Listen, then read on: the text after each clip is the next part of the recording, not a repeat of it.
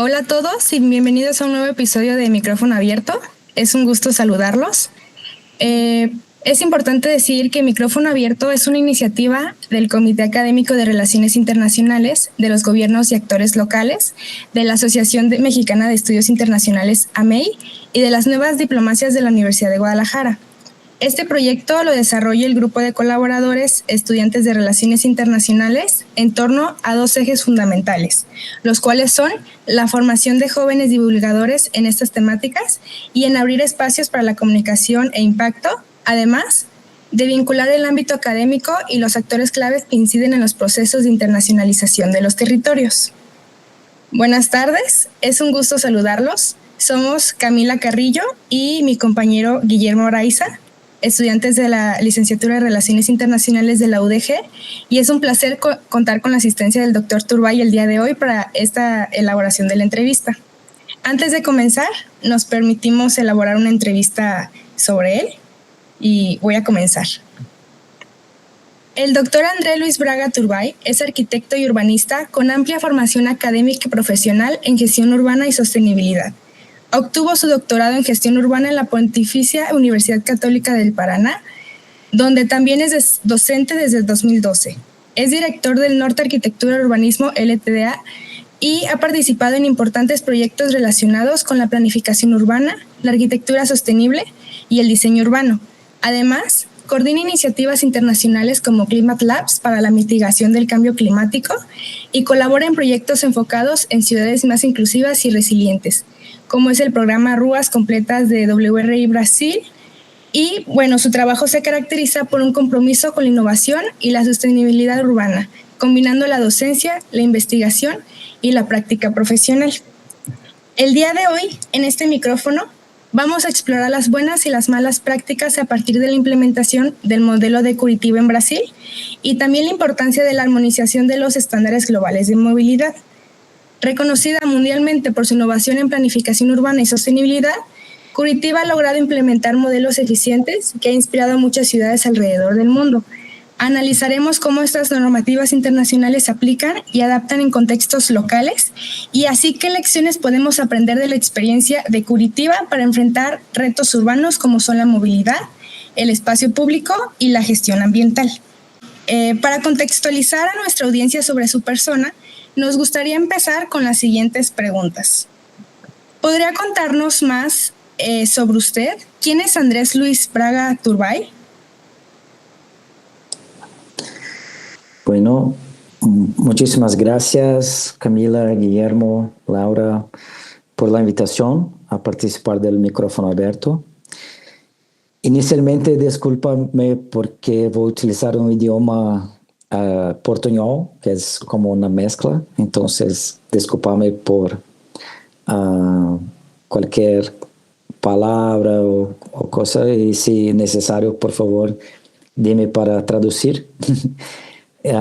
Bueno, es una pregunta un poco compleja y para hablar de sí mismo es un poco difícil, pero inicialmente yo como persona hoy tengo un rol que creo que sea lo más importante que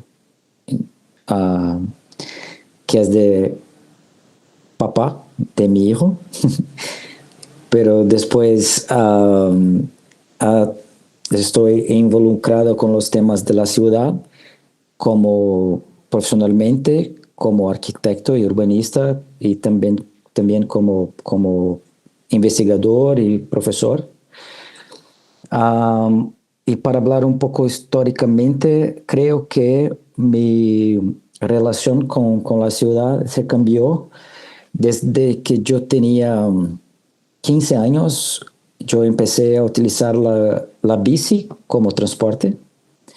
Entonces, la bicicleta crea una relación específica con la ciudad porque es un tiempo de percepción que es distinto de los peatones, pero mucho más do que los autos, los coches. Entonces, sin saber, yo empecé a comprender la ciudad a partir de la utilización del uso de la bicicleta como transporte, eh, así hasta hoy. Entonces, mi primera, ingresé inicialmente en la Universidad Federal de Paraná para estudiar ciencias económicas. Después de un año cerré con esta actividad, y después de más un año trabajando y pensando en lo que hacer, yo encontré una posibilidad en la arquitectura y urbanismo, y empecé en realidad sin saber exactamente de qué se trataba la arquitectura y urbanismo. Entonces fue como, no sé si hoy fue como algo como una intuición, pero así se dio. Y después de empezar a estudiar la arquitectura y todo el contacto con el arte, con la ciudad, con la manera de las relaciones espaciales con las personas y los grupos sociales, tanto en los edificios como en la ciudad, se desarrolla una manera distinta de comprender el mundo, el espacio y las relaciones sociales y ambientales. Para hablar un poco de mi actividad en arquitectura, empecé trabajando en escritorios de arquitectura de edificios, casas, equipamientos como teatros, escuelas, pero sin la idea de tener actividades académicas. Empecé trabajando, y una cosa que pasa mucho es que, como nuestra formación aquí es en arquitectura y urbanismo, es muy común que se elija una actividad, una especialidad entre la arquitectura y el urbanismo. Y yo hasta hoy no elegí. Yo trabajo tanto en arquitectura cuanto en urbanismo. Y después de un tiempo trabajando con master plans, planos de desarrollo de municipios, una persona que trabajaba en el estado del Paraná, porque aquí estamos en Curitiba, que es capital del estado del Paraná, un estado en el sur de Brasil.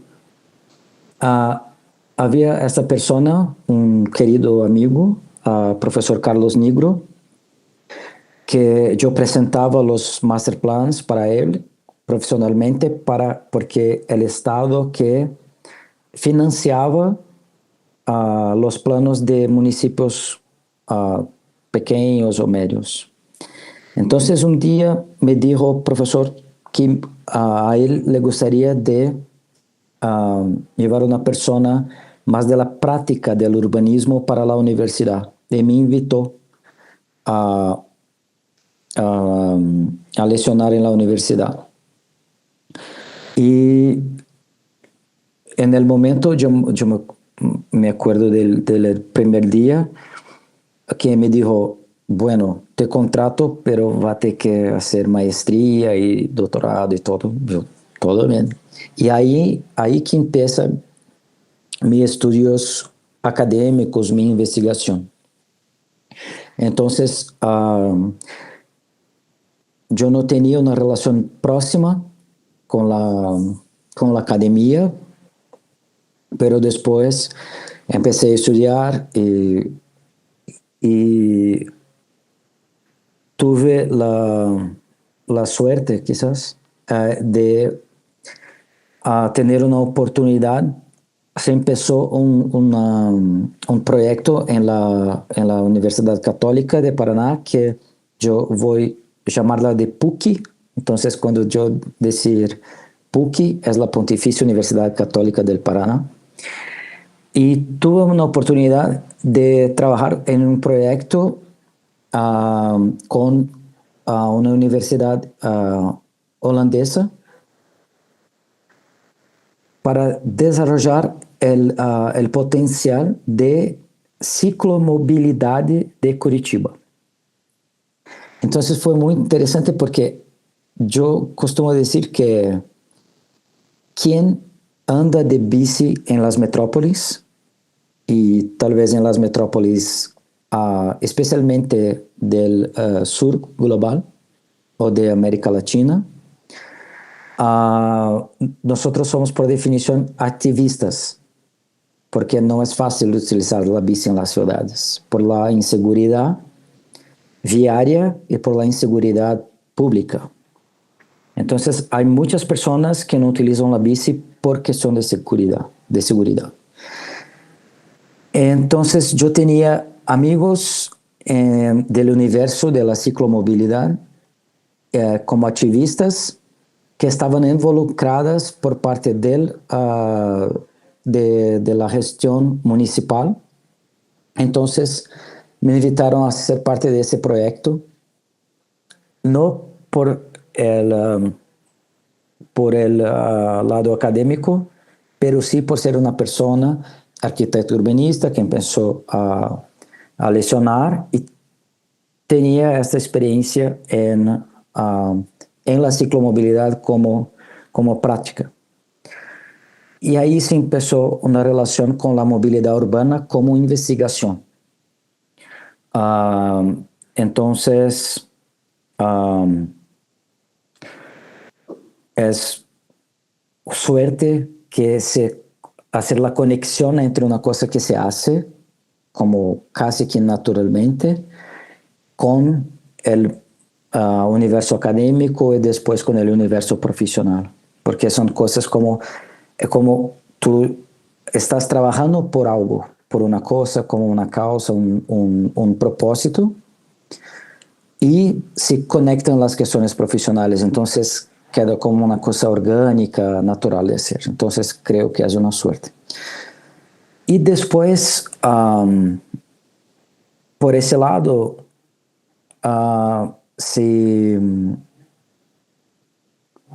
por comprender la complejidad de la ciudad, que a partir de comprender la movilidad activa, la movilidad por bici, con una posibilidad de promover la equidad de acceso a la ciudad. Porque una vez que una persona tiene una bici, se puede mover a cualquier lado no necesitas de dinero para hacerlo, no necesitas de plata para hacerlo, una vez que tienes la bicicleta. Entonces se empieza una mirada de la movilidad activa como un instrumento de acceso a la ciudad. Y también hay la práctica asociada a las investigaciones, a los estudios, esta visión crítica sobre la ciudad hecha para los autos, que establece una situación de determinar más espacio, más infraestructura, más inversiones para la movilidad en autos, mismo en relación al transporte público, la movilidad activa y todo. Entonces es como un proceso que empieza a los 15 años como un chico que gustaba de andar por la ciudad, ir a los parques de Curitiba y todo, se desarrolla como una experiencia después académica, profesional, pero como es el espíritu sigue el mismo. Entonces después hice maestría después doctorado y ahora estoy haciendo el postdoc, el postdoctorado. Y el postdoctorado finalmente tiene la intención, y aquí un spoiler, la intención de comprender por qué Curitiba es una ciudad orientada a los autos. Y eso es un poco como Curitiba, el modelo innovador con el BRT, el DOT, el desarrollo orientado por el transporte, como Curitiba. Entonces, nuestras investigaciones tienen claro la intención siempre de, una intención casi como una misión de vida, una cosa que hay una esperanza que suceda, que es que nuestras pesquisas, no solamente la mía, pero de los grupos de los estudios urbanos, de la gestión urbana, que tengamos una contribución para la mejoría de las ciudades, en nuestro caso de Curitiba. Muchísimas gracias. Nos hizo muy, muy interesante, pues cómo su formación empieza como con la pequeña semilla de haber crecido con la bicicleta y que a partir de ahí ha llegado a todos lados a estudiar la ciudad. Y también me interesó mucho ese spoiler que vamos a discutir más, un poco más sobre que Curitiba, a pesar de ser esa ciudad modelo con BRT, con el TOT, que sigue siendo una ciudad como que muy carrocéntrica. Entonces vamos a continuar con Camila, que va a hacer unas preguntas. Ok, para preguntarles sobre el proyecto de Curitiba, nos gustaría aterrizar en algunos conceptos sobre esto. ¿Cuál cree que sea cuáles fueron las claves del éxito de este proyecto? Bueno, yo creo que el más importante fue Curitiba tiene como en el siglo XX, tiene como para el estándar brasileño, Curitiba es una ciudad que fue como innovadora o pionera en la planificación urbana. Entonces empezó con el primer plan en el final del siglo XIX, como un plan más viario, más de estructuración viaria del centro de la ciudad.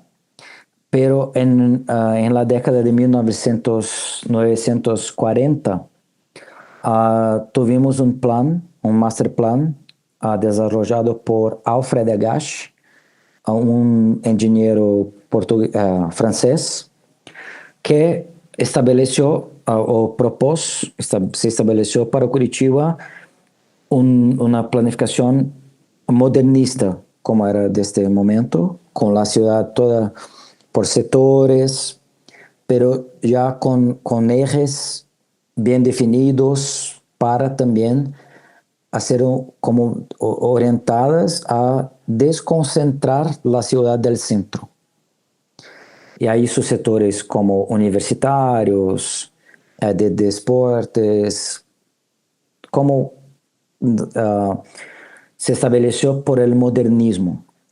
Y rápidamente se estableció este urbanismo modernista, porque las ciudades eran caóticas como una consecuencia del desarrollo industrial, pero la habitación, la industria, todo estaba en el mismo lugar. Entonces viene la idea del urbanismo modernista para decir, no, hay que haber un espacio en la ciudad para las industrias, porque hay muchos impactos de la actividad industrial sobre las viviendas. Entonces vamos a hacer el área de la habitación, de la industria, del comercio. Entonces este primero movimiento urbanístico de Curitiba, en 1943, se estableció el Plan Agache para cómo organizar la ciudad por sectores, por decir. Pero Curitiba estaba con crecimiento populacional como las ciudades de Brasil y muchas de América Latina. el desarrollo de las ciudades a partir de la segunda mitad del siglo XX. Entonces, un crecimiento poblacional increíble por la fuerza de la implantación de las industrias en las áreas rurales, en el campo, como con tractores, cosas así que no necesitaba mucho de las personas en la área rural para las actividades agrícolas. Entonces, tuvimos como un éxodo rural para la ciudad, Curitiba principalmente. Entonces, la ciudad crecía mucho, principalmente a partir del 1960. Fue necesario establecer un nuevo master plan. Y ese fue un movimiento muy importante de Curitiba. Ahí empezó este master plan que fue estableció como el DNA urbanístico de Curitiba por los ejes de desarrollo. Entonces tuvimos aquí un urbanista con una equipe local que se llamaba Jorge Wilhelm, un urbanista de São Paulo, que trajo la idea de los ejes para el crecimiento lineal de la ciudad. Y así no habría más una concentración del desarrollo inmobiliario y todo en el centro y una expansión como orgánica, pero sí por ejes. En estos ejes estaría el transporte público y así se empieza el movimiento para el DOT, desarrollo orientado por el transporte. Y Jorge Wilhelm fue muy feliz porque estableció ejes como casi que tendrían la vocación para eso. Entonces Curitiba, desde siempre como empieza la ciudad, los ejes de conexión, desde el proceso de colonización de Brasil, un eje norte-sur, porque estaban ahí los movimientos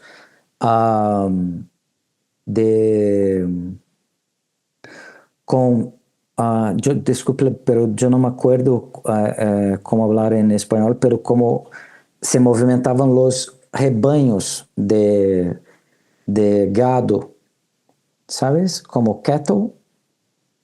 Rebaño, la palabra rebaño no sé si en México puede ser como la palabra hacienda o no será así. No, porque era el movimiento. Se tomaban todos los animales y todo y se hacía como un movimiento comercial, pero eso en el siglo XVIII, XIX. Pero estableció los primeros ejes de la ciudad, ¿entiendes? Entonces norte-sur y leste-oeste por el movimiento de la economía del oro. ¿Entiendes? Entonces, desde lejos se estableció dos ejes y ahí estaban los mismos ejes que estableció Wilhelm, que empezó la ciudad y todo. Y claro, utilizaron un tanto de los ejes establecidos por Alfred Agache, que también tuvo la inteligencia de comprender los ejes más importantes de todos, los caminos más importantes. Entonces ahí está el DNA de la DOT de Curitiba. Pero una cosa que fue innovadora fue que participaba con Wilhelm y su equipo. En el mismo momento se empezó el curso de arquitectura y urbanismo en la Universidad Federal del Paraná. Entonces, en Curitiba han venido muchos profesionales, arquitectos y urbanistas. Entonces, de una manera inteligente también, se estableció como un gran grupo de discusiones sobre la ciudad.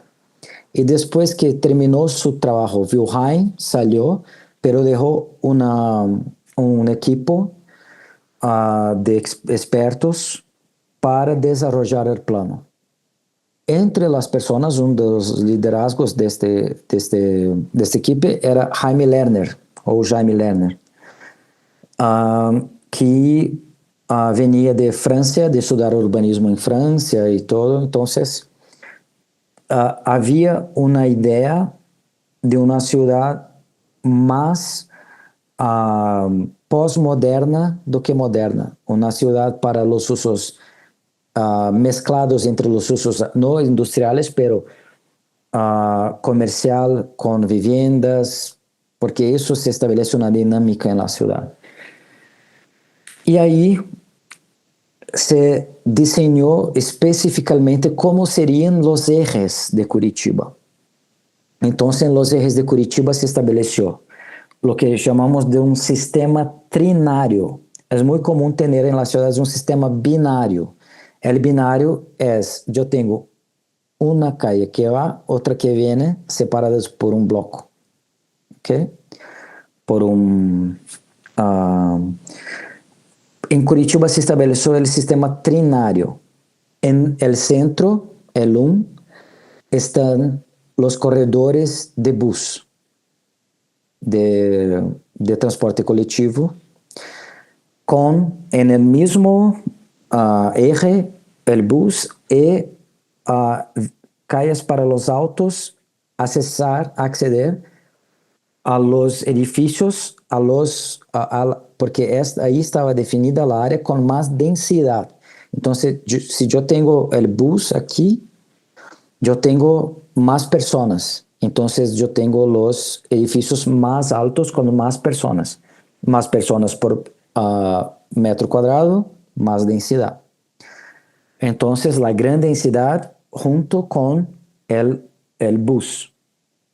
Después, ¿por qué trinario? Porque después del que es la calle del bus, está una otra calle, pero para el tráfego más rápido, con muchas pistas para autos, como 6 pistas para autos.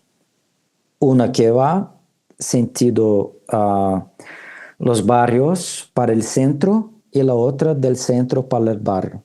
¿Entiendes? Entonces estableció 3 calles con distintas funciones. Ahí está el sistema trinario. En la calle de los buses, en el térreo, en la planta baja, hay que ser comercio. En las torres de viviendas. Entonces se establece la conexión entre viviendas y comercio y la vida. Entonces ahí está el empleo, el comercio. Entonces establece una dinámica. Y creo que la llave para esto fue una conexión política entre el mercado inmobiliario, porque yo tengo que tener las personas que van a hacer los edificios altos. Tengo que tener la industria que va a hacer el bus, porque el bus, el BRT, Bus Rapid Transit, el bus es distinto. Entonces tengo que tener la industria. Y tengo que tener una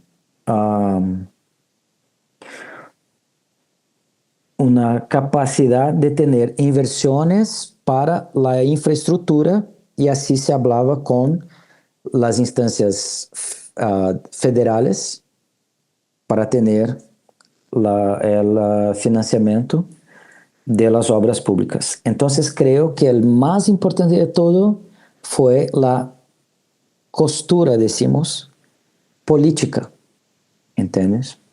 Y ahí se empezó a hacer los ejes y se construye esa nueva ciudad a partir de estos principios urbanísticos y a partir de esta costura política entre los actores de esta red.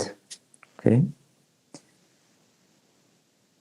Muchísimas gracias por su respuesta. Creo que aquí podemos pues resumir para nuestros audioscuchas que pues Curitiba se forma alrededor de ejes estratégicos. Ese fue como que tu gran como diferenciador y lo que lo caracteriza, que en esos ejes pues están La calle está dividida como en tres partes. Las dos típicas es pues el carril de ida y el carril de regreso, pero que en la media está el famoso BRT, ¿no? Que es el transporte, que es Sí. el camión que está segregado del tráfico y que ese modelo se ha expandido en toda Latinoamérica. Pues aquí en Guadalajara le llamamos macrobús, en Ciudad de México le llaman Ajá. autobús, ahí le han cambiado los nombres y que además habla del TOD, bueno, perdón, DOT, del desarrollo orientado al transporte, que es justamente en las cercanías de las estaciones construir inmuebles que estén pues ahora sí que orientados a la cercanía de esas estaciones justamente para que sean más densos. Tomando eso en cuenta, que de nuevo le agradecemos muchísimo sobre pues darnos todo ese contexto de cómo funciona Curitiba y cómo funciona el urbanismo en Curitiba, queremos hacer un análisis de cuáles son como las consecuencias de las implicaciones de la equidad de los DOTs y del BRT en Curitiba. Se hace mención pues de fenómenos como de desplazamiento y desigualdad social.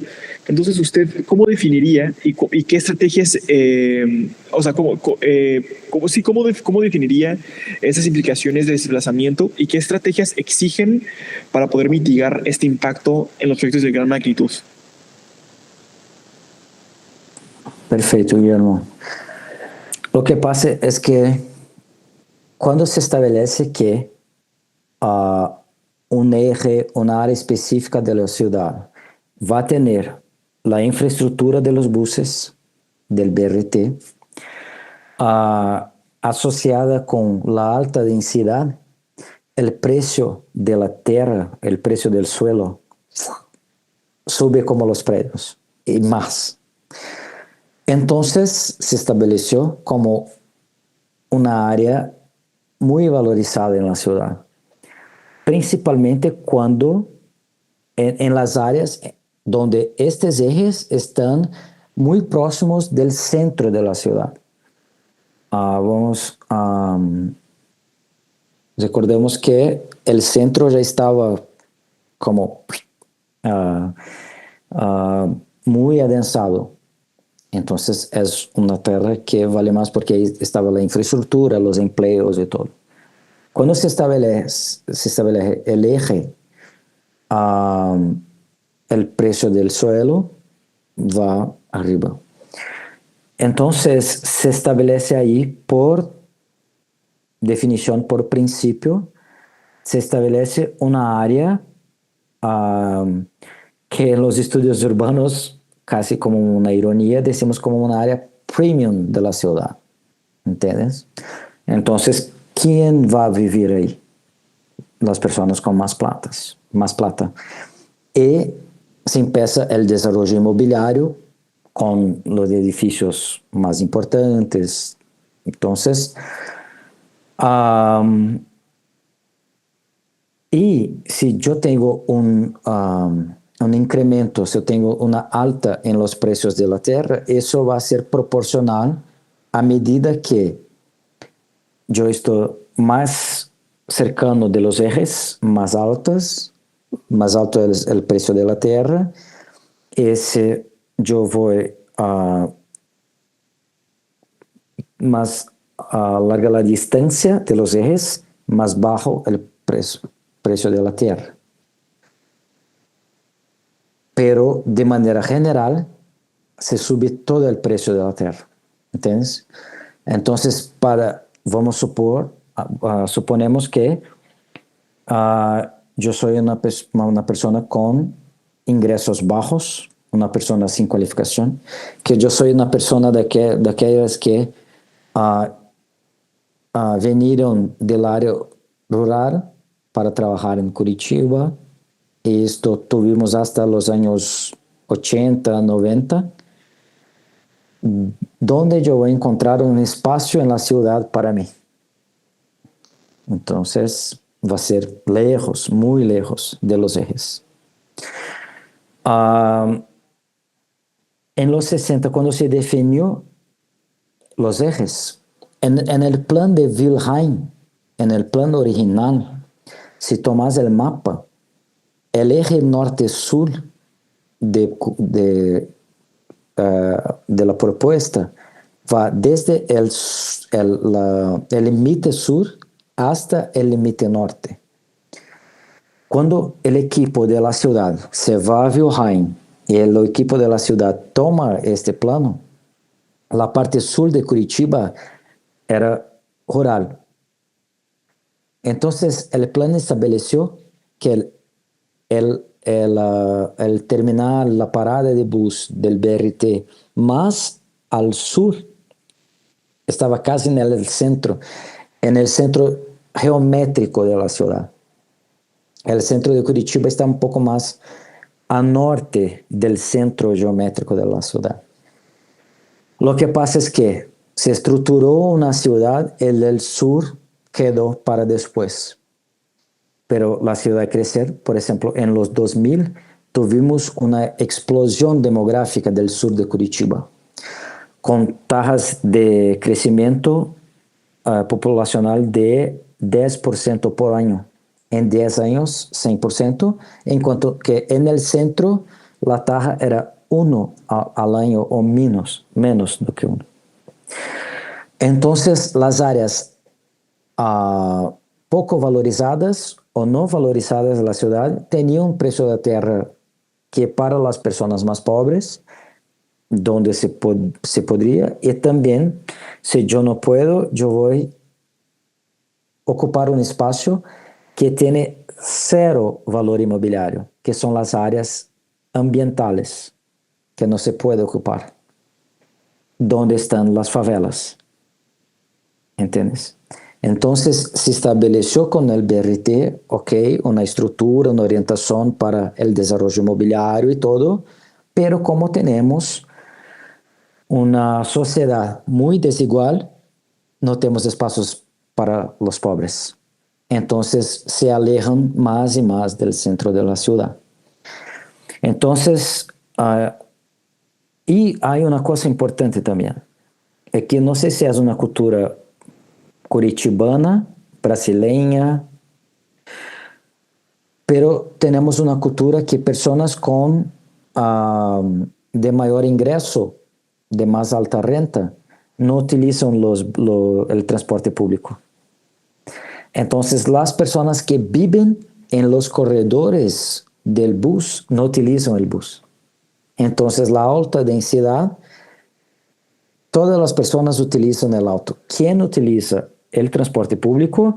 Son las personas que están en las áreas periféricas que vienen a trabajar para estas otras personas. Entonces, una idea, y yo no estoy diciendo que es una cosa premeditada o perversa, pero el BRT de Curitiba sirve para que las personas pobres sirvan a las personas de más alta renta. ¿Entiendes? Son las personas que utilizan el bus. Entonces, pero se empezó la implementación del BRT en Curitiba en los 70. Entonces tenemos 50 años de BRT DOT en Curitiba. Después de 50 años, el terminal más al sur de Curitiba está en el mismo lugar. ¿Entiendes? Entonces hay inversiones, ahora buses eléctricos, todo, pero no hay inversiones porque el BRT es un transporte de masa, como decimos, ¿no? Porque tienen que buscar las masas que están en las áreas más periféricas. Y tenemos el eje viario que va hasta el sur, pero no el BRT, solamente el eje, como una autopista, ¿entiendes? Entonces, en una visión, claro, personal como investigador, no como una idea, pero de estudiar, investigar el sistema, yo comprendo que hace falta de conectar el sistema BRT y yo creo que perdemos la oportunidad de la planificación de la parte sur de la ciudad de Curitiba. Sur, y eso pasa también en el oeste de Curitiba. Entonces perdemos la oportunidad de planificar estas áreas. Agora está como um caos urbanístico. Então, perdemos.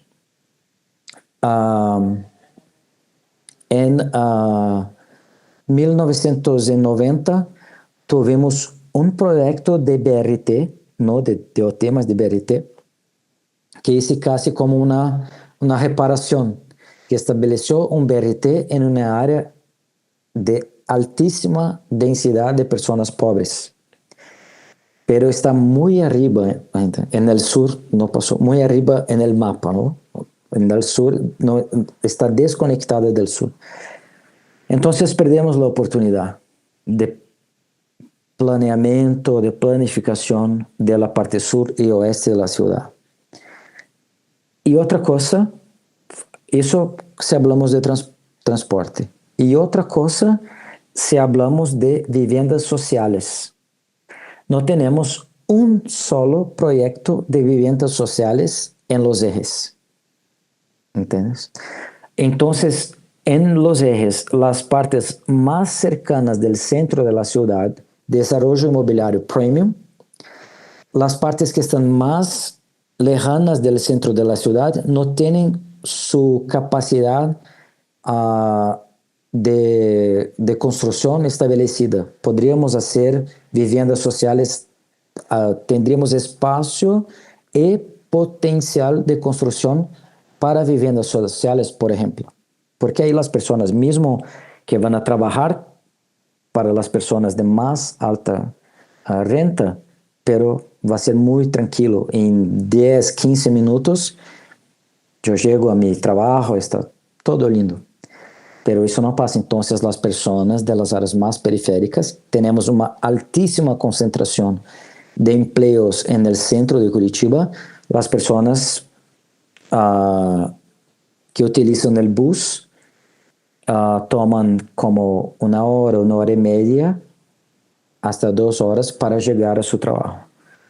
Entonces, toda la innovación funciona, eso anda muy bien para las áreas centrales de Curitiba, está todo lindo, Curitiba modelo, todo, pero las personas en las periferias, no. Entonces, es eso. Y hay un dato, ¿por qué de la investigación? Y aquí yo contesto un poco el spoiler. Se estableció una situación en Curitiba que la población de Curitiba que utiliza más transporte público do que autos es la población por perfil socioeconómico que tiene una renta de hasta un salario mínimo de Brasil, que es como $300. Entonces, esta es la única población que utiliza más bus do que autos. Si yo tengo una renta de 1.5 salarios mínimos, como $450, yo voy a encontrar una solución para tener un auto. Mesmo que un auto viejo, ¿entiendes? Entonces, eso da una idea que las personas que utilizan el bus en Curitiba no es por como no eligen que sea su transporte. Es la única posibilidad. Muchísimas gracias. Con esto podemos como hacer un análisis que pues Curitiba pues, indirectamente se volvió como un actor internacional al tener un proyecto que tuvo tanta incidencia en la forma en la que se realiza, que pues ahora sí que se proyectó de forma internacional a otras ciudades de todo el mundo, no solamente de América Latina, sino que también, por ejemplo, en el sureste asiático, que creo que Yakarta en Indonesia es la ciudad con el BRT más extenso del mundo, superando incluso a Bogotá. Aquí en el caso mexicano quería como platicar un poco de un ejemplo que me resonó mucho ahorita que usted me está contando. En Ciudad de México es al revés.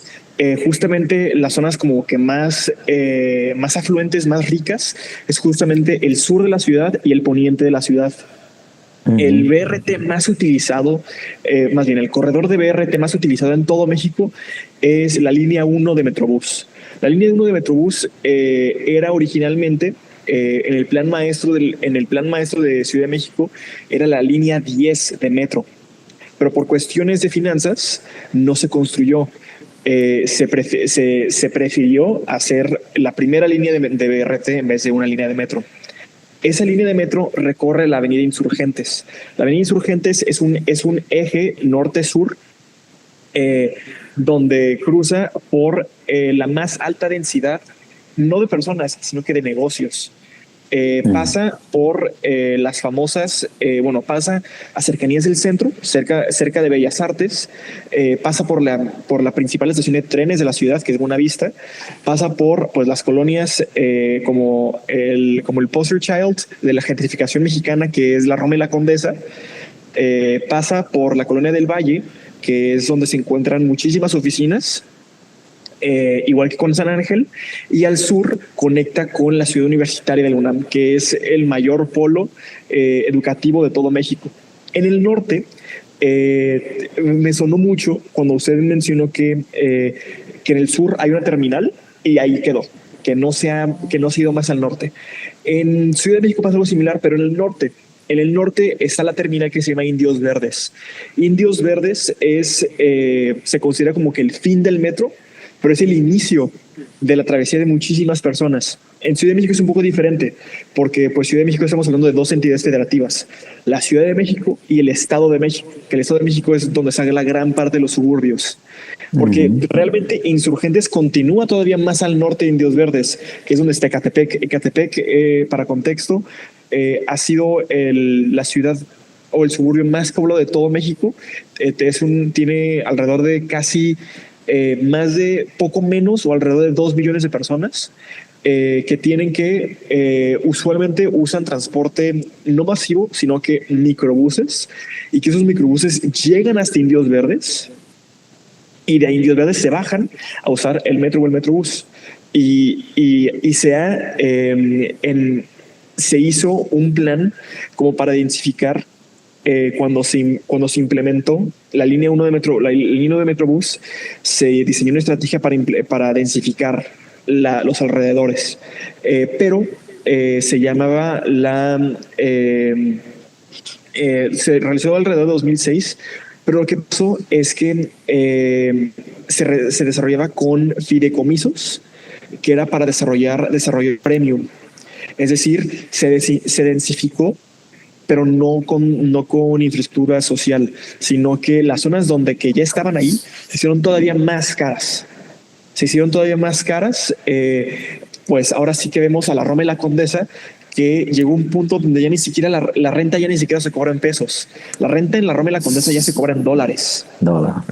Porque ya, entonces, podemos ver un poco de cómo Curitiba, como actor internacional, pues como compartió un proyecto alrededor del mundo, pero pues vemos que alrededor del mundo hemos visto como esas mismas como carencias, ¿no? Que hay un ordenamiento territorial en cuestión pues de desarrollar esos ejes de desarrollo. Sin embargo, que ese desarrollo no es igualitario, ¿no? Que estamos viendo que nada más es para pues para los ricos, que es justamente para que reciban los trabajadores. Entonces, con este contexto, mi pregunta a usted es, en escala internacional, ¿usted conoce una ciudad que haya aplicado una buena práctica en cuestión de movilidad y de vivienda, que haya sido un plan maestro que incluya movilidad y vivienda, pero que haya funcionado, que incluya a las personas marginadas alrededor del mundo? Bueno, Guillermo, mira cómo hablaba de Indios Verdes, ¿sí? Para nosotros, este terminal más al sur es lo terminal que tiene más demanda, como doble de las demandas de los otros de punta que decimos, ¿no? Norte-sur, naciente puente, leste-oeste. Entonces, este más al sur de Curitiba tiene mucho más demanda do que los otros, porque concentran todas las personas del sur. Eso creo que pasa lo mismo en Ciudad de México, pero con el norte, ¿no? Entonces, para decir que una pregunta que establece, a partir de ahí se establece como un hilo, es cuáles son las fuerzas que modelan la ciudad. ¿Quién tomó su decisión de hacer este desarrollo? ¿Entiendes? Y de no expandir. ¿Es el poder público solamente? ¿O hay otros intereses? ¿No? Entonces, para decir, ¿quién son las personas, los grupos sociales que establecen, que definen lo que va a pasar? Entonces, es una pregunta. Nosotros trabajamos en un laboratorio que se llama Jararaca, que es el nombre de una culebra, que de tecnopolíticas urbanas. Todas las decisiones políticas, todas las decisiones de la ciudad son políticas, para la exclusión o para la exclusión. Ahí, para establecer un panorama que nosotros, principalmente del sur global, de América Latina, tenemos que tener en cuenta, ¿no? Y lo que yo pienso que es lamentable es que cuando me preguntan de una referencia, yo no consigo pensar en una referencia latinoamericana para la conexión entre viviendas, transporte, una idea de promoción de la equidad de acceso a la ciudad entre transporte, vivienda, empleo, todo eso, servicios. Entonces, por ejemplo, hay una ciudad en los Estados Unidos, estadounidense, que se llama Portland, que tiene una experiencia de integración, uso del suelo con transporte, que es una referencia, un ejemplo. Y yo diría que no es una cosa que se puede establecer para las ciudades estadounidenses, pero Portland es una excepción.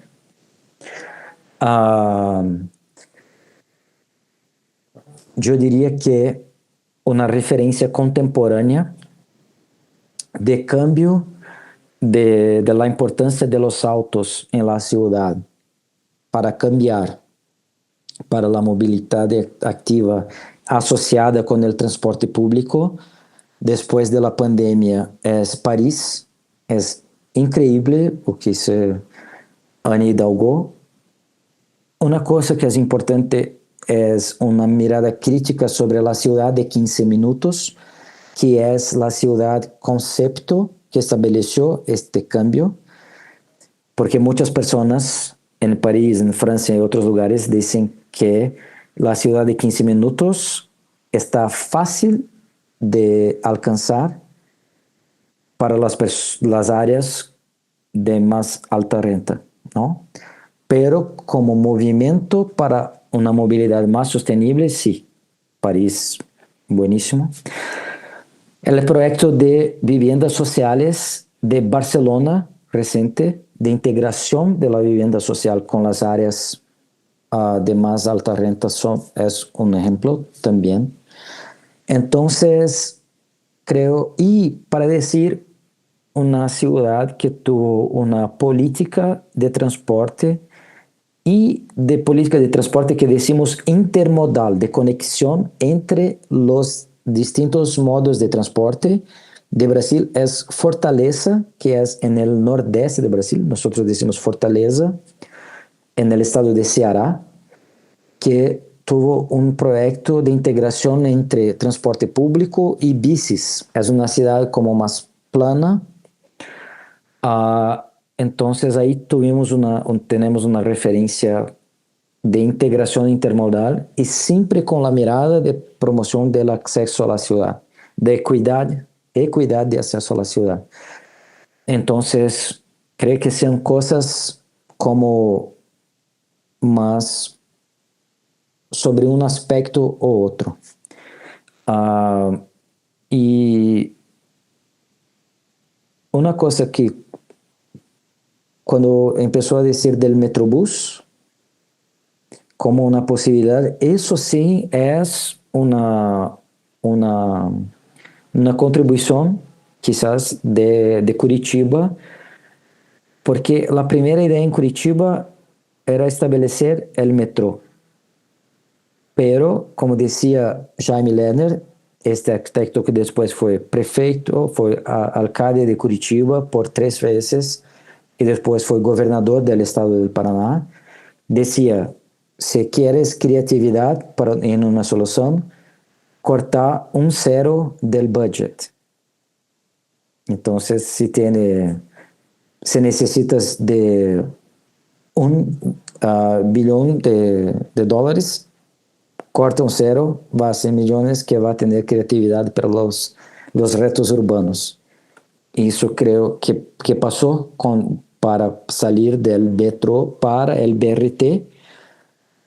Y hay una otra cosa. En su momento, en los 70, teníamos una orientación, estábamos en tiempo de dictadura militar en Brasil, teníamos un soporte de los Estados Unidos que siempre fue promotor del transporte rodoviario, del petróleo, del pneu, ¿entiendes? Entonces, a todo un contexto, siempre hay un contexto político, macropolítico, micropolítico, político. Entonces, todo lo que pasa en las ciudades que tenemos que tener inversiones mayores, tenemos que entender lo que está pasando.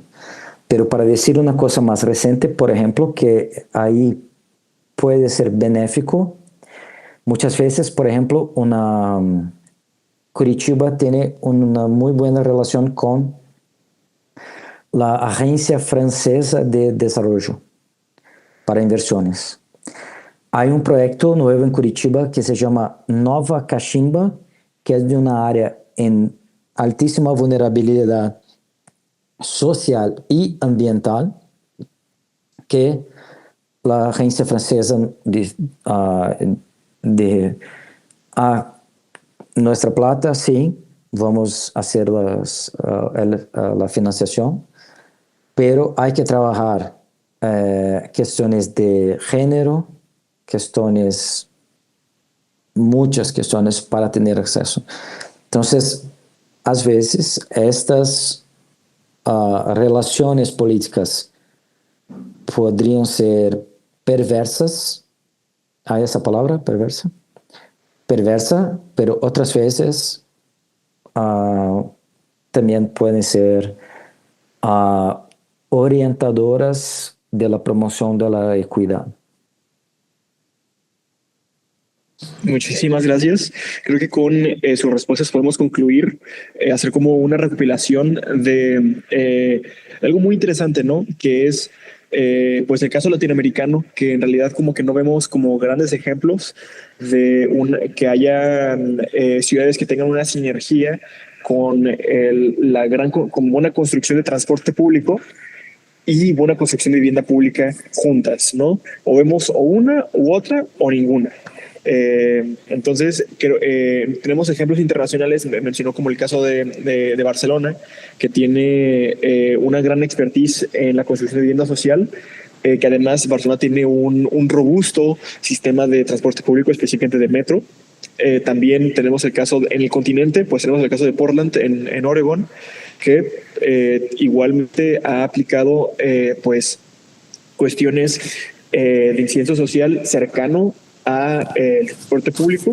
Entonces podemos estudiar cómo podemos implementar más política pública que sea, pues sí, ahora sí que orientado a, pues, a las clases más vulnerables de nuestras ciudades y que tengan y que el transporte público sea para ellas y que no sea solamente para jalarlas a ellas a donde ven los ricos. Creo que esa es una buena conclusión, le agradecemos muchísimo. Entonces vamos a pasar con una última pregunta con Cami. Entonces adelante, Cami. Ok, bueno, como ya estamos acercándonos a la conclusión, Queremos invitar a todos nuestros oyentes pues a este tipo de temáticas y queremos preguntarle en qué lugar podemos informarnos al respecto. ¿Conoce, no sé, algún autor, algún espacio, libros, un repositorio en el que podamos acercarnos y así poder conocer más sobre todo este tipo de temas que en realidad son muy interesantes y que necesitamos saber de ellos? Bueno, todo la orientación como política de los estudios son dedicados a la justicia social, ambiental. Hablamos mucho ahora de la justicia climática, por ejemplo. Entonces, hoy en las ciudades la orientación de estudios o de una posibilidad de estudios para la equidad de acceso, yo diría que tenemos una referencia que son los estudios de equidad de acceso por el profesor Rafael Pereira, que estudia la cuestión de la justicia urbana, principalmente en la asociación, en la accesibilidad urbana, que es la relación entre el uso del suelo y el transporte.